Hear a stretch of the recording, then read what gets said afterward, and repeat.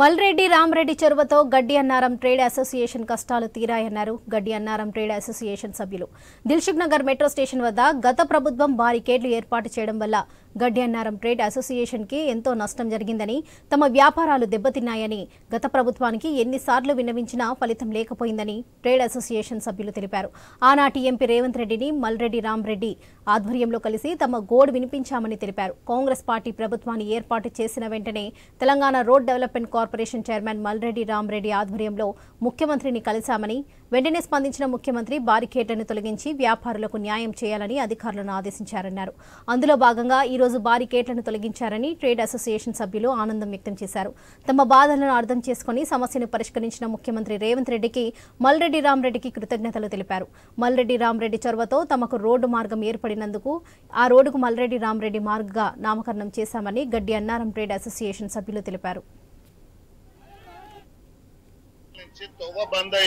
దాదాపు 300-400 షాపులు, 1000-1200 మంది జీవనోపాధి కోల్పోయే పరిస్థితి ఉండే. గతంలో ప్రభుత్వం ఉన్నప్పుడు కూడా మేము కూడా అన్ని విధాలా రిప్రజెంట్ చేసాము. మా ముఖ్యమంత్రి గారు ఎంపీ ఉన్నప్పుడు కూడా ఆయన కూడా లెటర్లు ఇచ్చి ఎన్ని ప్రయత్నాలు చేసినా మరి పైకి వీళ్ళ ముంగటనేమో డ్రామాలు ఆడుకుంటూ చెప్పినట్టు చేశారు, కానీ ఎవ్వరు పట్టించుకున్న పాపనవ్వలే.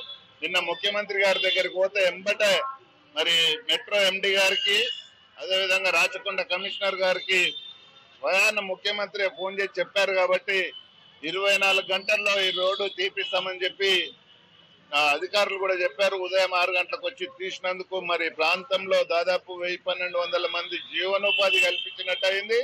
మాకు ఎటువంటి సహాయ సహకారాలు ప్రభుత్వం నుంచి, మాకు గత ప్రభుత్వం నుంచి రాలే. ఇప్పుడు మా మల్రెడ్డి రామరెడ్డి అన్నగారు ఎన్నో విధాల మాకు నేనున్నా, మీకు మీరు రండి నా దగ్గరికి, నేను అన్ని చేసి పెడతా అని చెప్పేసి మమ్మల్ని పిలవడము, మేము అన్న దగ్గర పోవడము, అన్న మాకు భుజం తట్టి ప్రతి ప్రాబ్లంకు నేనున్నా అని చెప్పేసి చెప్పి ముంగడుకుండి ప్రతి మినిస్టర్ దగ్గరికి, రేవంత్ రెడ్డి అన్న దగ్గరికి కూడా. ఎందుకంటే రేవంత్ రెడ్డి అన్న అప్పుడు ముఖ్యమంత్రి కాకముందు ఎంపీ ఉన్నప్పుడు ఆయనకి దృష్టి, ఆయనకు లెటర్ పోయింది.